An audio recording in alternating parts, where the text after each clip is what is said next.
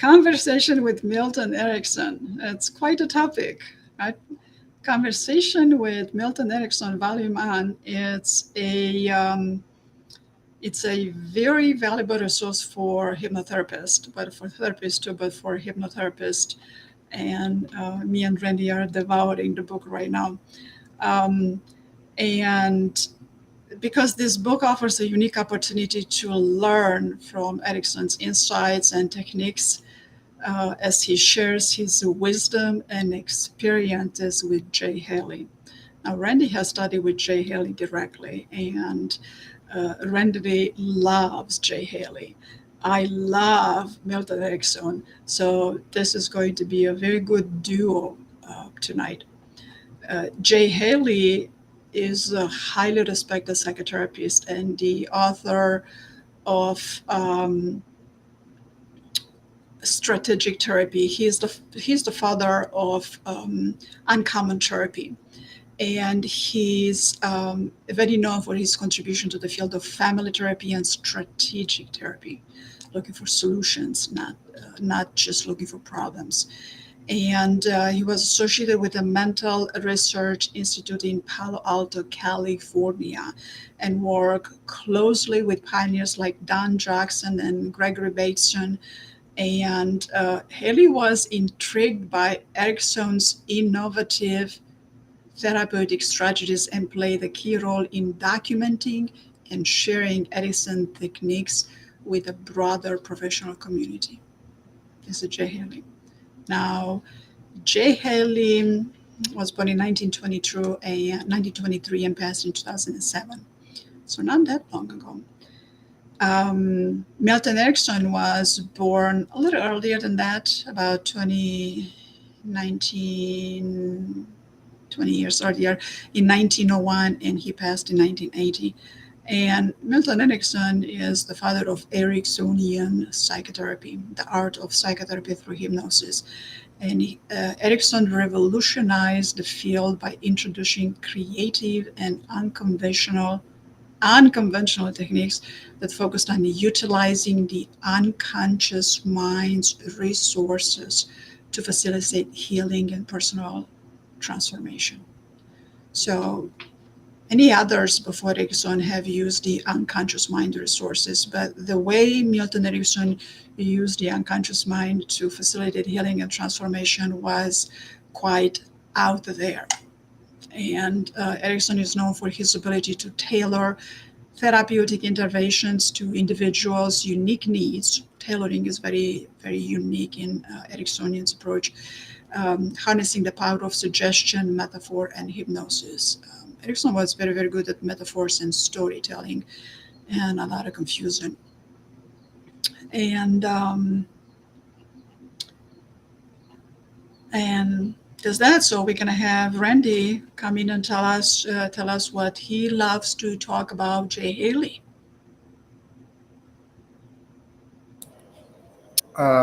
Yeah, Jay Haley had he is long. He's gone. Died about 20 years ago, I think. I had he actually.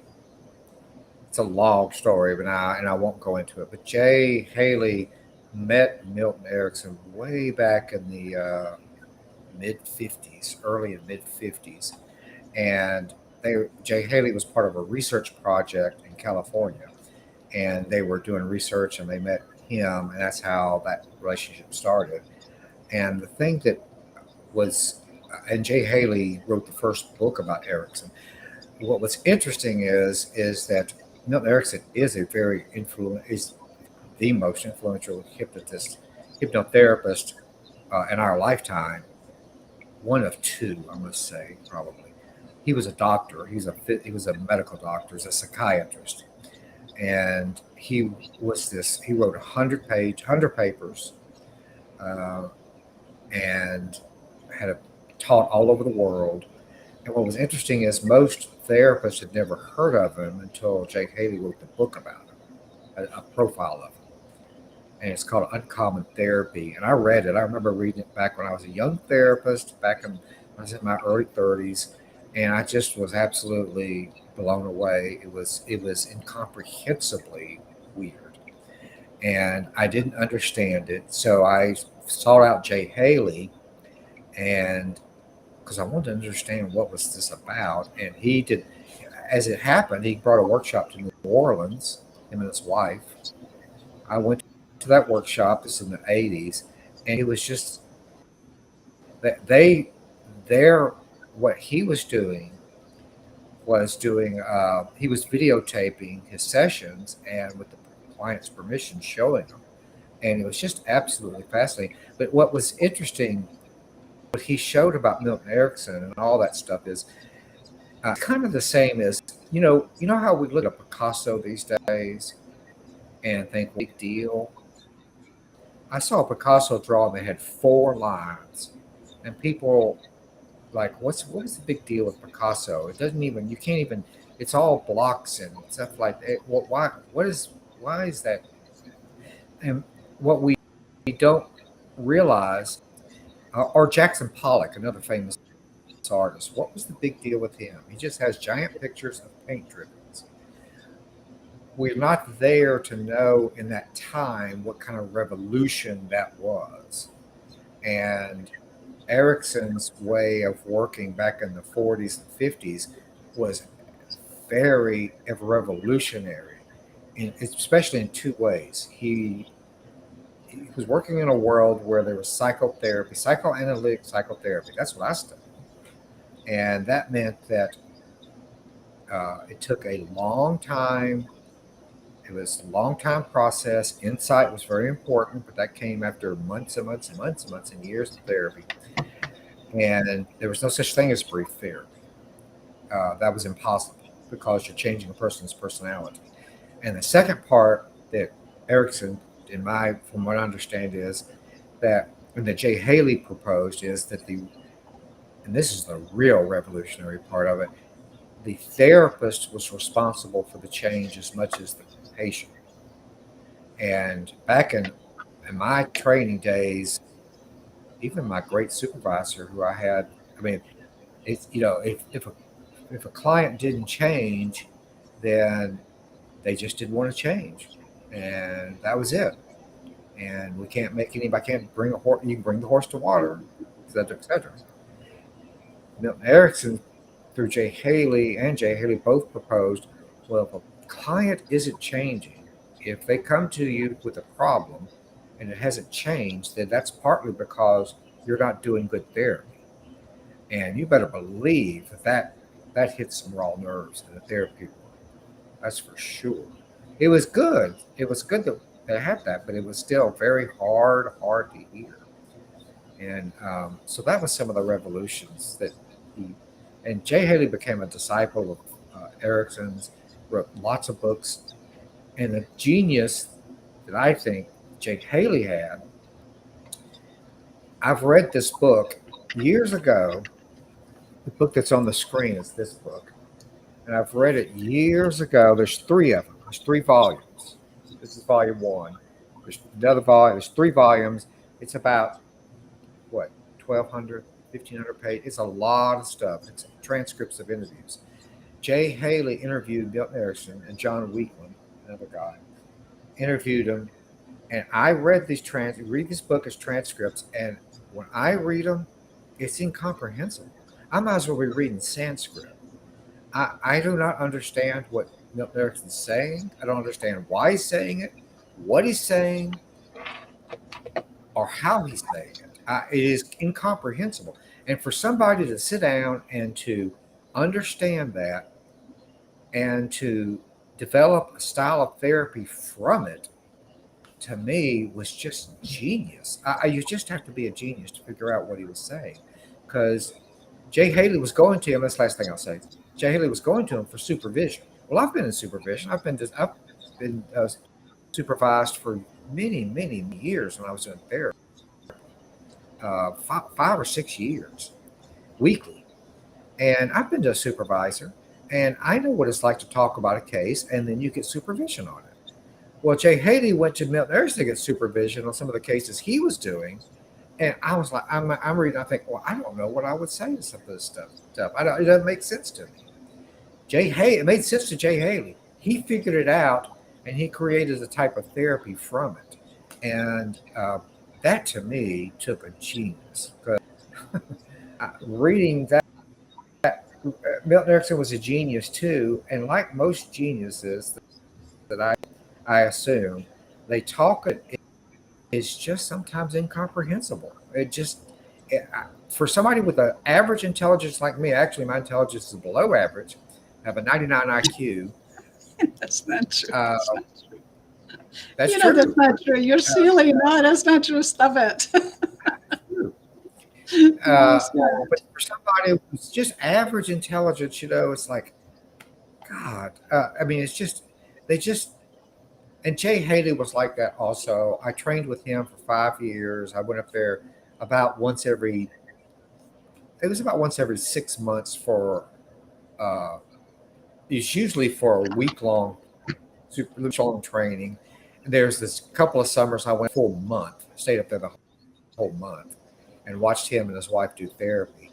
And it was just big. And then several of us brought them to Louisiana for a week and we watched them do therapy on our clients and or supervisors. And it was just absolute genius. They were just the way that Jay Haley and his wife, Chloe Badonis, the way they thought, we all would sit around and look at each other and say, these guys are geniuses. We don't know what planet did they come from. It's not Earth. What alien planet brought them here and left them? Because in ways that are just so brilliant and so. And I'll give one example that I shut up. I'm tired of hearing myself talk. Jay Haley's theory, one of Jay Haley's theory that he developed out of Milton Erickson's stuff was that people's problems, let's say cocaine addiction, to use an example. Cocaine addiction could be a function in a family system and could be fixed by working with the family and how they interacted with each other.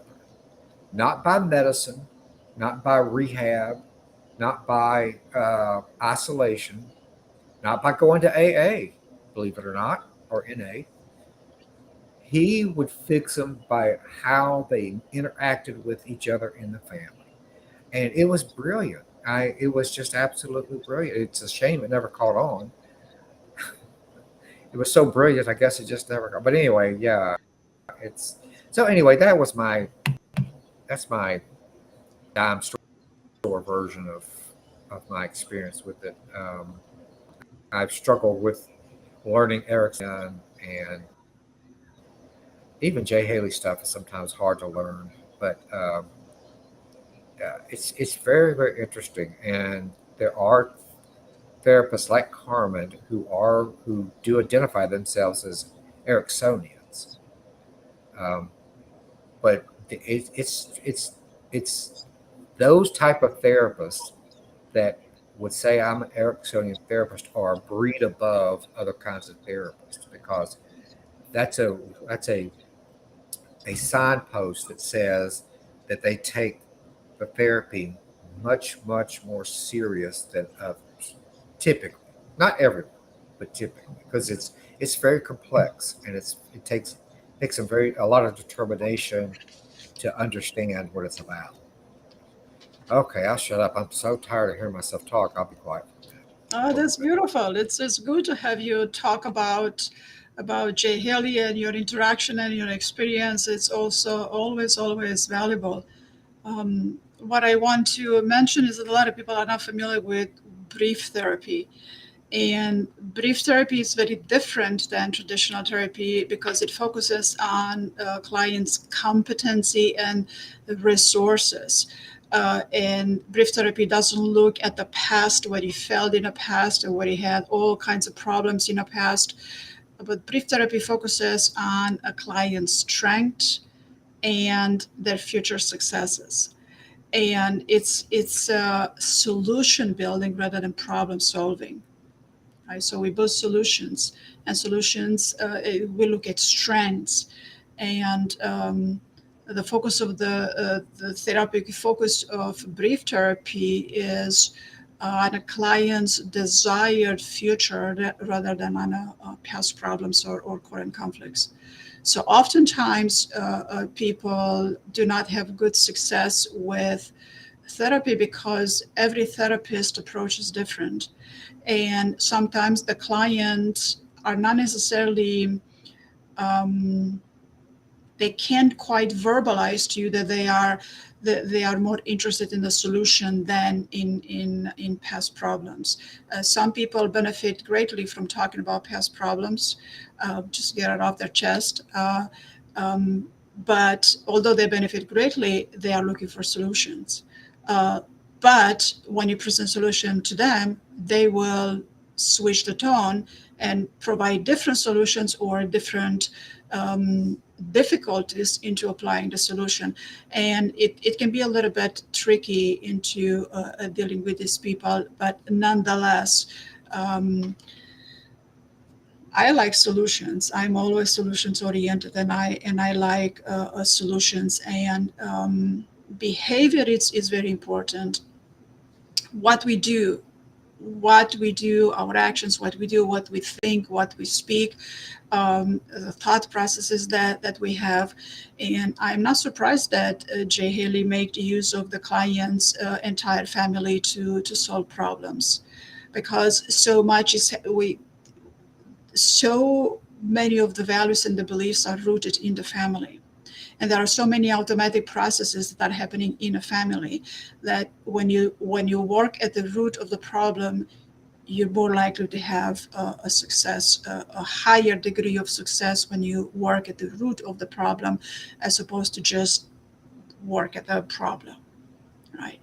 So I'm not surprised. And a lot of people, I think even family therapy, if I'm not mistaken, uh, I think Jay Haley's uncommon therapy and family focused therapy has been adapted and maybe reformulated into different types of therapy. And it might not be called Haleyan therapy like Ericksonian therapy, but I'm sure it's Jay Haley contributed greatly to all therapies. He's very, very um, very respected, and his contribution to the field of family therapy and strategic therapy are well known.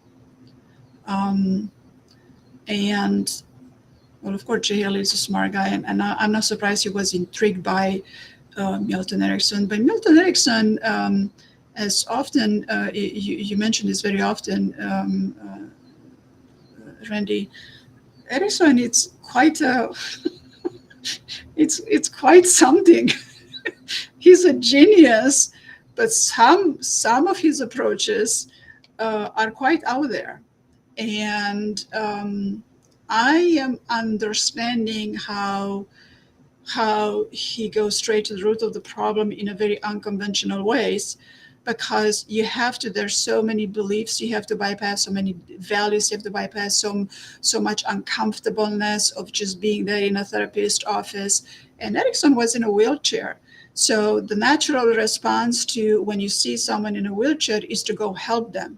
So that immediately interferes with the process of healing, because Erickson, the one in the wheelchair, does not need any healing, and he's going to provide the healing. So he had to, in my understanding, he had to resort to some really drastic techniques to switch the roles, the automatic mechanism role, all happening at the subconscious level, to allow for the healing to happen. And he did, and we don't know how well this worked at the beginning, but towards the end of his career, he became very well known and very famous, and people just believed in him, and he's done some great work. But yeah, today the exact approach that Erickson used back then, I don't think we can use it nowadays, because laws have changed and a lot of malpractice laws has happened, and nowadays Well, it's more complex. So oftentimes Erickson resorted to insults, but because he resorted to insulting a client's aspect, that triggered an automatic process of defense mechanism and a choice making within the client, that the client didn't have to go through 2 years of psychotherapy to say, oh, if this then that. So Erickson, by insulting this client, and he was such a teddy bear in the wheelchair, so pleasant, soft spoken, his voice was very soft. So if I were to use the same insult with my loud voice, I'd be crucified. But for Erickson, he was so soft spoken in a wheelchair, he didn't present any harm. But everybody wants to be good at something. So the moment everybody wants to um, achieve something, there is a natural competitiveness ingrained in each of us. So the moment Erickson would insult that particular aspect, that it was going to trigger an avalanche of automatic response mechanisms to say, oh no, this then that, then the healing process happens, and then the client engages in a different behavior. And sometimes you go from thought, choice, behavior, and sometimes you just have behavior that eventually is going to turn into a new thought. That's how I look at it. Yeah, it's very. I mean, it's a big debate, and it's never. I don't think it'll ever be resolved. But a debate on should a therapist focus on the behavior only, or is there? And the field, as far as I can tell, just from my view, the field has moved way towards behavioral. In fact, it's called behavioral health now. It's not called mental health. It's behavioral health, and that's that was Milton Erickson's world, and as I understand it. There was not, and a lot of hypnotism is like this. Hypnotists like this. I mean, it's not a concern on why a person. The concern is changing the behavior, and Jay Haley too, like that, changing the behavior, and not so much concern on why. And this pendulum on these things swing all the time, swing back and forth, decade to decade, I guess, but or time to time, but there's now a lot of trauma focused therapy coming out. And that focuses more on the why than the what than the behavior. You talk to a trauma informed therapist or a hypnotist who's trauma informed, and they will talk a lot about the past and a lot about what happened in the past and how to cope with it today. A behavior oriented. I mean, and I know Jay Haley was much more oriented towards behavioralism, as it's called, than he was at type. And I have mixed feelings about it now. I've gotten older, and I don't see Jay Haley as the. I think he was a genius, but I think there are some areas that there were some flaws somewhere too, because um, the I, you know one of the things it was difficult is that just like you're talking, Carmen, things that would happen in therapy that it just was really hard. And when I'm saying what I'm thinking of is therapy to deal with family therapy. He was a genius with this, and he could address schizophrenia and have a young person with schizophrenia. He could have them having a productive life within months. No medicine, no shock therapy, no involuntary hospitalizations, none of that horrible stuff. Um, Even though some people are very big on shock therapy, ECT therapy, that's a lot of psychiatrists are very, very supportive of that, but none of that radical stuff, I should say. And the thing that would happen though is that in the sessions, and a lot of them were like Ericksonian stuff, there would be a lot of very unpleasant emotions come up. There'd be a lot of family dealing with family therapy created a lot of family tension. And I remember watching these sessions, and there would be people very, very upset, screaming, pointing, yelling, threatening, on and on. It was intense work. And I don't think they appreciated the fact that they were paid money to come to a therapist office to fight. And that we never got past that hurdle. So, just as an example of some of the, and I should I'll give you another example just to on the thing with Erickson is that to show how unusual his therapy was. This is a very very famous story in the therapy world in the hypnosis world. We know Erickson. He was called out to the house. He made a lot of home visits. Uh, Back these are the days he wasn't in the wheelchair. This is days when he could actually walk. He used a cane. He had polio. That's why he couldn't walk well. That's why he's in a wheelchair. But he had polio, but he walked with a cane, and he would visit people in their home. He went to visit a woman, uh, a student's mother, who was depressed and sad and isolated and miserable in her home, and that nothing worked. She wouldn't go see a doctor. This is day before. This is long before antidepressants, um, and nobody knew what to do. Milton Erickson, do you know the story? You may know the story, Carmen. He walked in and looked around her house and talked to her, and just did kind of a therapy thing, and noticed that she grew orchids. And he noticed a couple of orchids. To make a long story short, he said, "I can help you have a better life, but you have to do exactly what I tell you to do. Yes or no?" And I said, "Okay." He said, "I want you to go down the next time that there's a funeral at your church. I want you to bring an orchid in memory of that person." And by the time that this lady had passed away, she'd become this very famous person in her town. She was known as the Orchid Lady of whatever town it was. There was newspaper stories written when she died, how beloved she was, how she went to every funeral in that town and brought orchids. Everyone.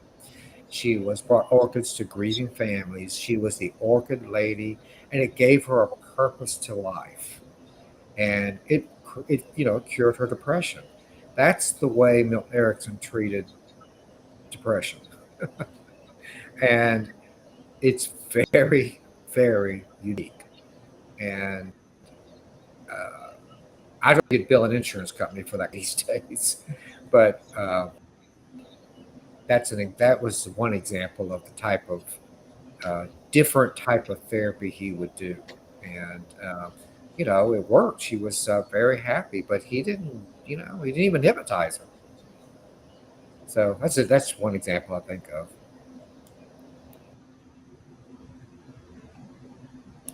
Are you aware of that story? Have you heard of that? Um, not directly, or maybe I'm not.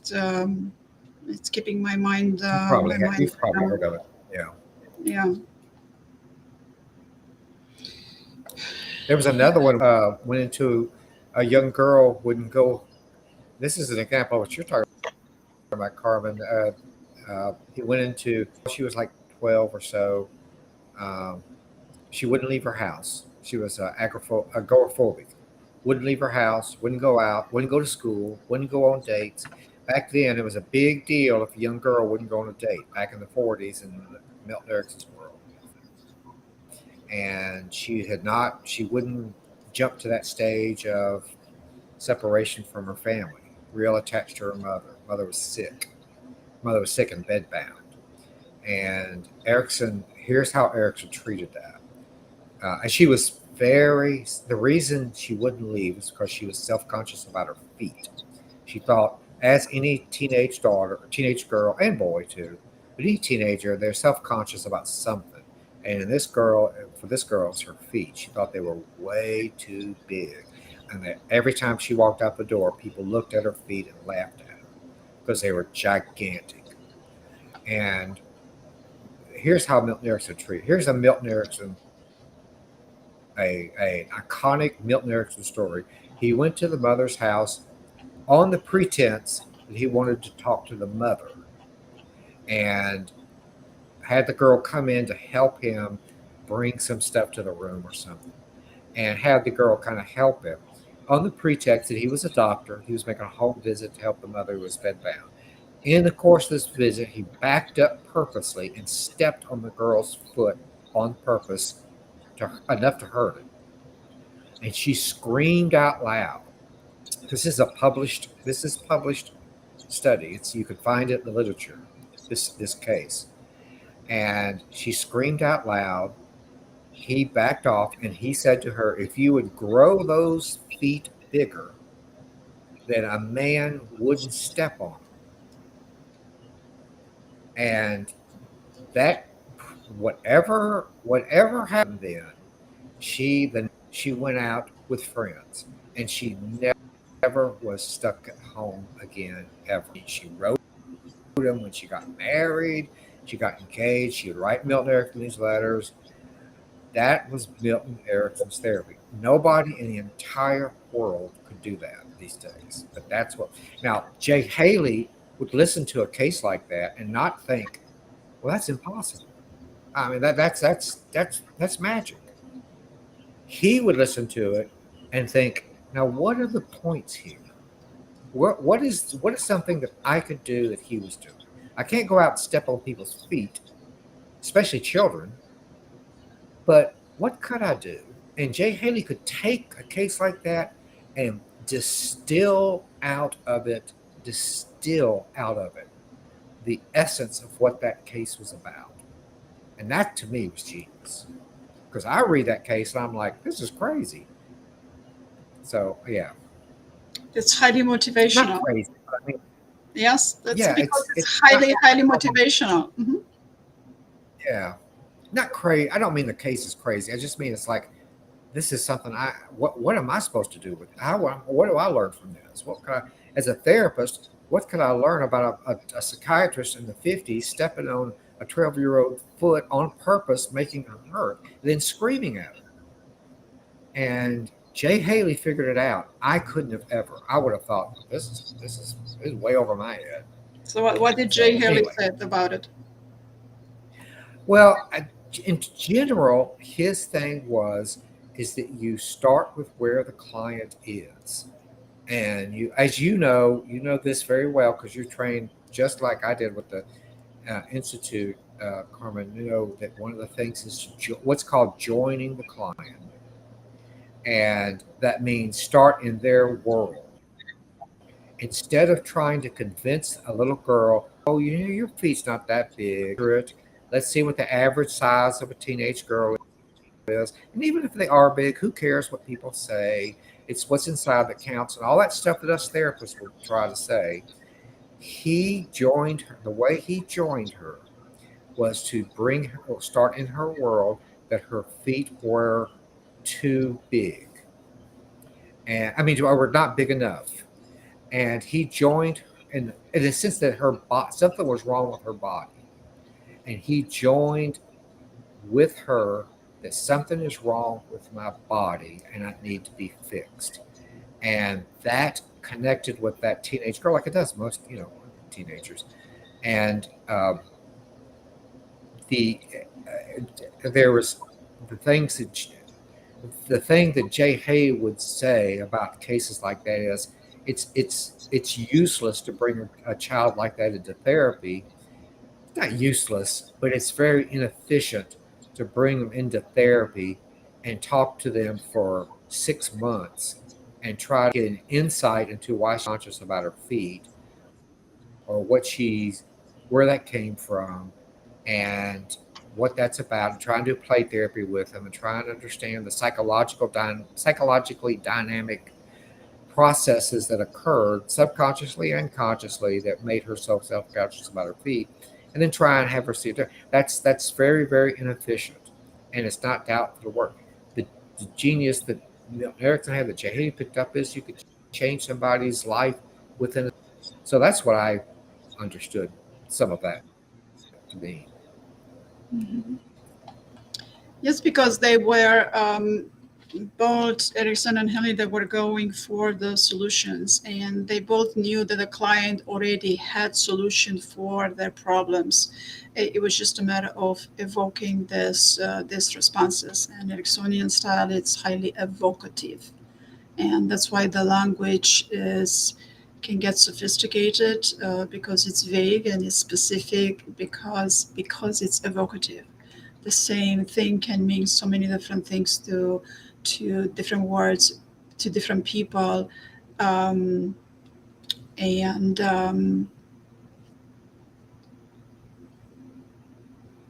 and by you see by Erickson, by stepping into the girl's feet, he just immediately stepped into finding having the client subconsciously and automatically find alternative to the current undesired behavior pattern of behavior. And cognition doesn't happen if you go about it talking about it, why this, why that, what can you do about it. It's going to take a very long time, because when you use your conscious mind, the conscious mind always interferes and always analyzes. And conscious mind is that which decide if this then that, either this or that, black or white, up and down, left and right. And polarity, this kind of polarity, it's we can it's not helpful. Sometimes we need the solution might be applicable in the context of the situation. So this is not mathematics left or right, or driving left or right. It's not as simple as that. So arriving, taking the client to the place to where they can arrive instinctually to within their own processes to modify patterns of behavior, that is the best therapy that you can have. And brief therapy, solution focused brief therapy, relies on that. And Erickson was very built on tailoring to the specific needs of the client. Yes, and he was also very big on looking at what people need, very specific on people's needs. So focus on what people need, not on their, not just on the diagnosis. Diagnosis is very important, and he took it in consideration, but mostly focused on what they need. Just like Jay Haley focused on what those client with schizophrenia, what they needed, and made use of the family system help to have this client live a decently happy life. Drugs sometimes help, but sometimes they don't necessarily help. And sometimes people know what they want and they know what they need, and sometimes their wants and their needs, they kind of align together, and sometimes they don't align together. What it if they need something, they may not want it. So as for us therapies, it's for us to find ways and alternative ways, and to present to them why that covering that need is going to benefit them. Why should they want to cover that need? And one of the interesting things is talking about all this is if a person goes to an Ericksonian quote unquote therapist, hypnotist, they go to somebody like you, Carmen, or somebody else who's been trained Erickson, they're probably going to experience the most gentle form of hypnosis that is around. It is extreme. In fact, it is extreme. It's gentle to the point of extreme sometimes. I remember when I was uh, doing their training, we'd have our little practice group, and I was brand new to doing hypnosis. So I was stepping all over myself, 2 left feet. And I would practice, I'd go into practice session and I'd say, all right, so just relax, just put yourself in a position to relax and get ready to close your eyes. That's a typical, and boy, the Ericksonian, the people that had been trained, no, no, no, no. We don't talk like that. We talk, you say, at some point, I just invite you to consider closing your eyes may feel the need to close, but they also may feel the need to stay open. And that is okay either way. Either way, you can go into it on and on and on. So the Ericksonian therapy, even though Milton Erickson had these bizarre, weird interventions, and they were experiential for sure, uh, an Ericksonian hypnotist, in my experience, like Carmen, is going to be gentle, soft, accepting, non-directive. I mean, some of the nicest experiences you'll have in hypnosis will come from somebody trained, even though Milton Erickson himself was such a different kind of approach.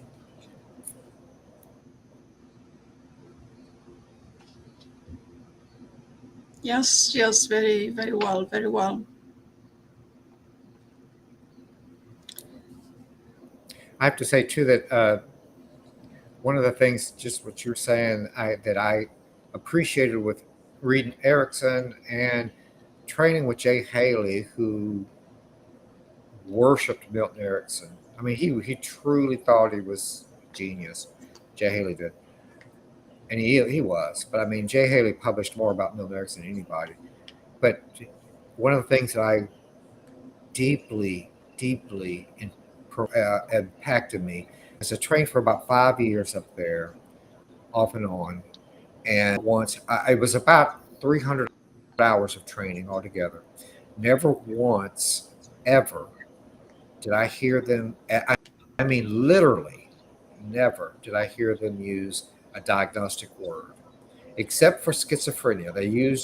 They would call young people schizophrenia, but they just did not see people like as a diagnosis, and they saw them in a whole different world, and it was just irrelevant. They didn't bill insurance, so they didn't have to worry about Yes.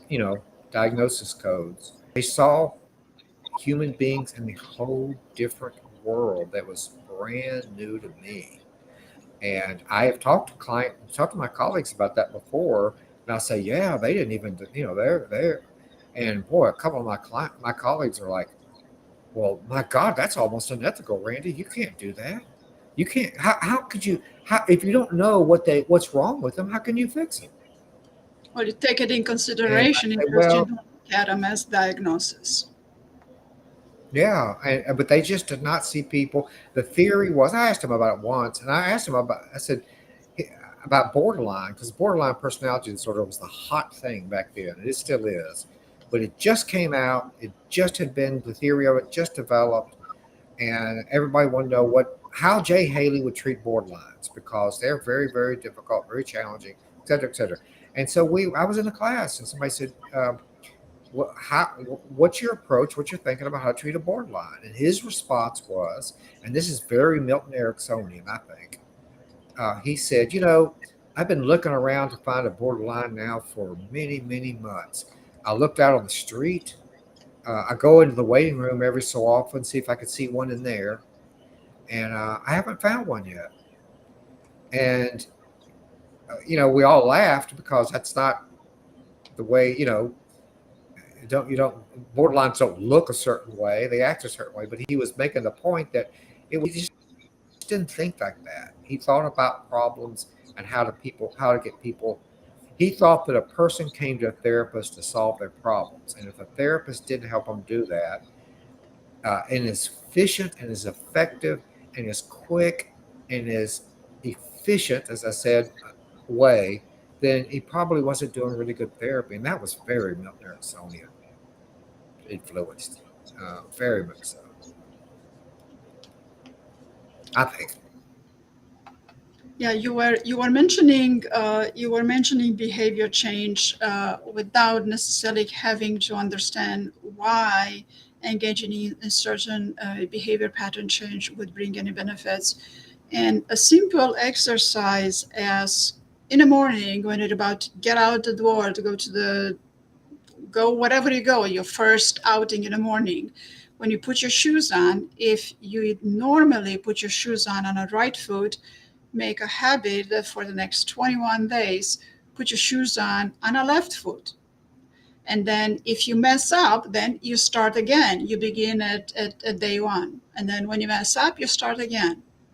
Now, that little process, that little behavior change is going to actually rewire some neural pathways, because it has you stop and think and do something a little differently. Because you cannot get different results by doing the same exact thing to get different results. That's just never going to happen, unless weather is highly involved, and then the weather is going to create the change because you do the same thing. That's that. Or some, there's going to be some other intervention, but you doing exactly the same thing over and over, not going to get different results. So a little habit of and it's quite a pleasant it's quite a pleasant homework to do. I've gone through this exercise many years ago, and of course I messed it up, and then I went again to day one. But even to this day, and this happened how many years ago? Maybe back in 2007, 2008, 2009, something like that. Even to this day, after that, when I put my shoes on, I don't have a dominant foot to wear the shoes, which foot should go in what shoes. So it's a very interesting, small little insignificant behavior, but can bring out great results. Yeah, it's like throwing a rock into a pond. The little wave gets bigger and bigger and bigger and bigger. That's the essence of strategic therapy, which is came from Milton Erickson's stuff. That's what Jay Haley talked about a lot. But strategic therapy was the type of therapy he developed in talking to Erickson, and that's exactly right. We didn't talk about it in neurological terms because that wasn't even around back then, but we talked about it in terms of cybernetic change, change in systems, homeostasis. That was a big word. Uh, and changing the cybernetics of a family. But it's the same, it's what you're talking about. It's dealing with brain functioning, and I think of it in simple terms, which would be like throwing a rock into a pond and watching the waves would ripple out, would be the theory. Um, So yeah, that was, and I give you I was just thinking another um, famous story that just to give it. Well, I'm sorry. What I was thinking about was one of the ways. It wasn't just through Milton Erickson. I knew Jay Haley. I remember reading Jay Haley was a prolific writer, and if you read what Carmen has up here, you can see his style because he says Milton Erickson was the first strategic therapist. He might be called the first therapist. Well, that's a very provocative sentence to write uh, because this book came out in 1980 something, and there thousands and thousands and thousands of therapists then, and there'd been millions before, not millions, but many tens of thousands of therapists. And to say that Milton Erickson was the first therapist, that is classic J. Haley provocation. It's like, what is he? What is he talking about? How can he dare make a statement like that? Hasn't he ever heard of Carl Jung, Virginia Satir, Carl Whitaker, any of these great therapists? How could, or even Salvador Minuchin, some of these other great therapists that I knew, uh, Milton Erickson was the first one. So I remember reading one of the first articles I read because I heard about Jay Haley. I read Uncommon Therapy. Picked up some of his writings. The first one that I remember reading was an article called "How to Fail as a Therapist." How to fail as a therapist. There were 10 things listed, and out of those 10, I was doing about 9 of them, and I could not understand how somebody could write that. And one of the things to fail is exactly what you said, Carmen. One of the ways that, in Jay Haley's world, one of the ways to fail is to try to get a person to have insight into their problem. the belief that if I have insight into why I'm doing what I'm doing, that'll change. And their belief was it's interesting. It's it's interesting to know, but it's not going to impact a person's behavior to have insight. And the therapists that thought that it would are wrong and mistaken. So that's it was very, very radical and very provocative stuff. It isn't so much now, but back then it was. And It's kind of the mainstream now. yes, and I would understand why, because brief therapy focuses on solution. And while there might be a lot of clients that are interested in why and having an insight, and some clients it helps. For some clients it's very beneficial to have some sort of insight into their patterns of behaviors, especially those highly analytical ones. They give them a little bit of insight into some of the aspects. um, um, but brief therapy focuses on solution, and maybe Jay Haley called Erickson the first strategic therapist, because Erickson, just like Haley too, they focused on solutions, and they were so goal oriented, and they're looking for goals that were smart, that were measurable, achievable, relevant, and time bound, and also looking to amplify the changes, the positive changes. Uh, because if you look at amplifying small little positive changes, then you get a bit more wind out of your wings that helps you continue to do a little bit of the homework. Because with brief solution therapy, Erickson therapy too, there's homework. I always give a little bit of a homework, maybe pleasant, of course, but a little bit of homework to to stress on those patterns of behavior. So a little bit of homework that's gonna is gonna have you engage in just a little bit of a different pattern of behavior, or a lot of it is just going to trouble a lot of the processes that are conflicting. That because we have so many processes, that we have values that conflict with each other, or we have values that conflict with beliefs, and beliefs that conflict with values, or we have beliefs that conflict with beliefs, and then. That when you get into a collaborative approach between the therapist and a client, it makes a world of difference. And of course, you have to speak the client's experiential language the best that you can. Speak the client's experiential language, but then to have shift the client into a collaboration, into an inner collaboration, and make use of language and reframing to shift them into an inner collaboration that is it becomes quite masterful. And Yeah, there's a lot of there are several videos of Erickson on YouTube, and some of them, he's very, very, very old and very disabled, and it's not. I don't like looking at those because they're just too hard. He's too hard to understand, and but there are a few from the older days, and one of the things that you can see him doing is he'll be putting somebody in a trance, and when they say something, he repeats it back to them, word for word. He'll say, do you think that you're in a trance?" And they would say something like, "I don't know." And he'd say, "Yeah, I don't know. I don't know."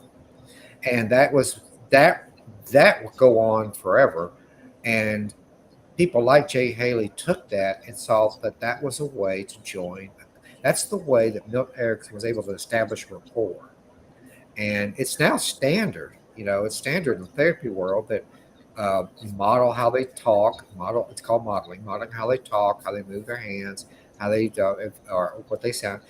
But that started with Milton Erickson back in the day. And the other thing that I think is interesting is in the therapy world, what was so revolutionary about him too was all that when it started the brief therapy movement was trying to like you said, trying to solve problems, problem solving, positive moving forward. Before then, most therapy and therapy even now is more interested in the you know what are the problems and how interesting we are, the human mind, trying to explore the human mind. And that still goes on in my world. One of the things that's come out that you may have heard of, Carmen. I think it. I say you may have because it's kind of in the therapy world. Sometimes it's not in the rest of the world. But one of the things that's been discovered, quote unquote, is that loneliness is the big new horrible thing to have, and that loneliness, being a lonely adult, especially a lonely older adult like somebody like me, but a lonely older people, that's just as bad for their health as smoking 2 packs of cigarettes a day. It's just as bad. Oh, And come on. everybody, that's true. And everybody was like, "Oh my God, loneliness," and especially in the medical world, because I'm in case management now, so I'm kind of interfaced with the medical world. But I was like, now we need to talk to people about how lonely they are, and get them to see. And the belief is, well, if they see that loneliness is bad for them, then they'll obviously stop being lonely, right? Because they don't want to die, and they want to be healthy. Well, that's not how it works. People are lonely for a lot of different reasons, and just being aware that I'm lonely, that doesn't fix the problem. A strategic therapist, one based like on Milton Erickson or a hypnotist, is going to help that person. What are ways not to be lonely? What's stopping it? But Correct. yeah, the problems there. It's very interesting. In the medical world, it's a big new problem that's found, and everyone's patting themselves on the back about it, about how we're so proud that we have discovered this problem, but nobody knows how to fix it. And in the therapy world, in the strategic therapy world, they're going to look at solutions, not what the problem is. Yes, because we all want solutions. That's why we go to therapy, to get solutions, not to begin to understand a whole bunch of why. Well, although with some clients you need to do a little bit of education on emotional intelligence and why some behaviors are more beneficial than other behaviors, and that's different because it's educational. But you focus on solution, you get efficiency. You focus on solution, you get engagement, you get cost effectiveness. Everybody wants solution, so of course every solution is made out of so many small little pieces. And then when you achieve you have an achievement within all of this small little solution, you accomplish, you get to solve that small little piece of the bigger puzzle. Then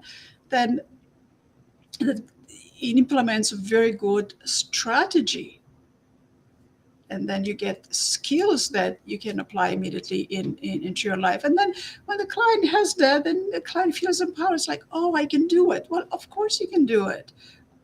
Of course you can do it. Everybody can do it. Of course you can do it.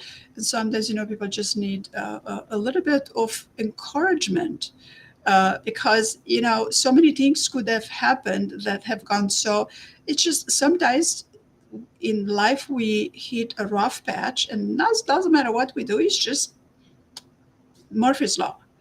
Always something is going to be upside down, or vice versa, or it's going to be different. And sometimes it happens like that.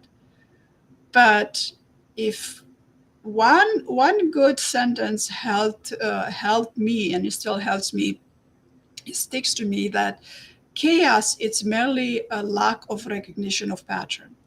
So when things don't go our way and they're a bit more chaotic, maybe we just don't recognize the pattern just yet.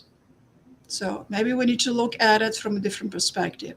And oftentimes that's exactly what we do with the clients. And then when you look at it from a different perspective, then this opens up doors of opportunities, like, oh, maybe I can do this, or maybe I can do that.